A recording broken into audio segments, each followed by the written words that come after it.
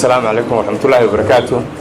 دمان شقالها وسارة ورفاقنتا iyo wacyigelinta dadweynaha sharafta leh iyaguna martiqaad ee ka soo qayb galay mas'uuliyiinta halkan fadhida dhammaantiin waa salaamintii marka horeysa salaanka bacdi maanta waxaynu isugu nimi in aynu xilka u kala wareejino mas'uuliyiinta ninna uu ka sii baxayo ninna uu la wareegayo waxaan kaloo aynu bogaadinaynaa mas'uuliyiinta iyaguna xilalka cusub ee dhalinyarta ah loo magacaabay haddaan kelmad ku noqdo annagu wasaaradda waa ku cusbeen aniga iyo wasiirkuba wasaaradda waanu nimi waanu eegnay department kasta oo wasaaradda ah waanu la shirnay qol kasta oo wasaaradda leedahay waanu galay meel wal oo hawli ka socoto waanu eegnay runtii markan sidaa u dirsay ee aan qiimeeyey aad iyo aad calooshii iga xanuuntay toddobadaas sannadood iyo intaa ka horreysay ee wasaaradaha dalka iyo dadkuba ay kobceen koboc waan ka arki waayey markii aan soo galay TV-ga qaranka teendhadii baligubadle ee ragga halkan jooga ay fadhiyi jireen ayaa ka haybad iyo karaamo badnayd gudihiisa marka aanu sidaa u aragnay waxaanu eegnay oo caqligayagii uu noqday inaanu nimankii haystay u yeedhno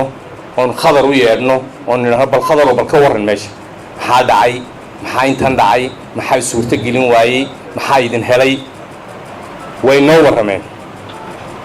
waxay nooga warrameen inay arradantay bay nooga warrameen inan qalab aanu jirin bay nooga warrameen in inanka kamarada uu leeyahay bay nooga warrameen waxaa nalooga warramay wixii markaanu sidaa u eegnay asadka ku baxayey ee lacagta lagu sheegayo ee madaxweynuhu hadal hayay ee nin walbana hadal hayay ilaahay buu nooga keenay markaanu sidaa u eegnay waxaanu aragnay ee aanu waraysanay aniga iyo wasiirku waxaanu isla garanay meeshan inay dadayna u baahan tahay qalabayna u baahan tahay haddaanu qaldannahay iyo haddaanu saxannayba bal in isbeddel yimaadaabaanu ku talagalay kumanaanaan talagelin xulkiibaa qaadateen isbeddelkaanu samaynaynay kumanaanaan talagelin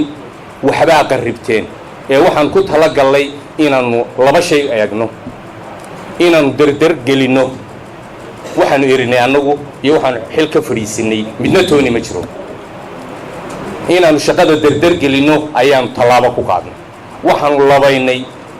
talooyinkaa khadar ka dhawaajiyey ee qalabaynta ahaa in aanu dhammaystirno oo aanu doonno oo hawsha ay hirgasho waxaanu eegnay TV-ga qaranka hal computer buu leeyahay maalintan baa eegayey ee aan maraayey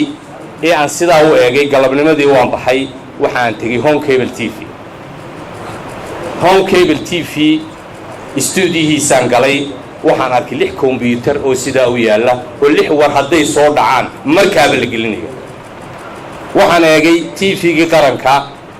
oo hantidii ummaddu ku baxayso oo hal computer yaallo oo kuyi loogu jiro waxaan arkay ninka dabadda ka soo hadlaya inankoo warka duubaya in la leeyahay ama waxaan u arkay rag la'aan meesha inaanay ool oo habla la'aani aanay ool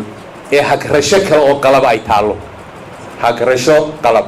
dadkii waan eegay nin baanu la arkay wax xilka laga qaaday wax imika loo dhiibayba dad meesha wuu jooga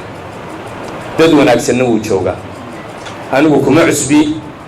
qaranka intii dadku joogayba mas'uul baan ka ahaa xogaal baan u ay ragganoo wada yar baan garanayaa ragganoo bilaabay baan garanayaa ragganoo istasal ku rogaan wada garanayaa nin walbana wuxuu ku suntan yahay iyo wuxuu ku qiimaysan yahay waa garanayna waxa weeye isbeddelkan aynu samaynay waxaynu ugu talagalnay bal inaynu eegno sidee bay wax u socon karayaan waa inta ku jirta walaalkayga aan xilka shalay ka qaaday ina waxaan leeyahay soo dhawow meeshan odaybaad ka tay mas'uulbana waad ka ahayd maanta haddii lagaa qaaday berrina waad joogi kartaa haddii kalena waad dallici kartaa oo halkan aan joogaba waad joogi jirtaa aniguna uma dhalan anigana berri baa layga qaadi doonaa nin wal oo meel loo dhiibayna waa laga qaadi doonaa khadar maxamed cabdulle aad iyo aad baan u hambalyaynayaa nimaanu aad isugu dhownayna weeye haddaan anigu cid meel u dayn lahaa khadar baan u dayn lahaa kaasaa rasmiya oo dhab ah oo run ah laakiin waxani waxa loo baahan yahay bal maantana waa qori isu dhiib arrimuhu dawladdu iyo xilalku waa qori isku dhiib bal maantana hebel ku eeg weeye waxaa laga yaabaa raggaa maanta halkaa fadhiya inay dallacaan oo ay kor u kacaan oo kuwa xilka loo dhiibay dhallinyartii ay muuqdaan waa suurtagal wax ka soo dhici karaana way jiraan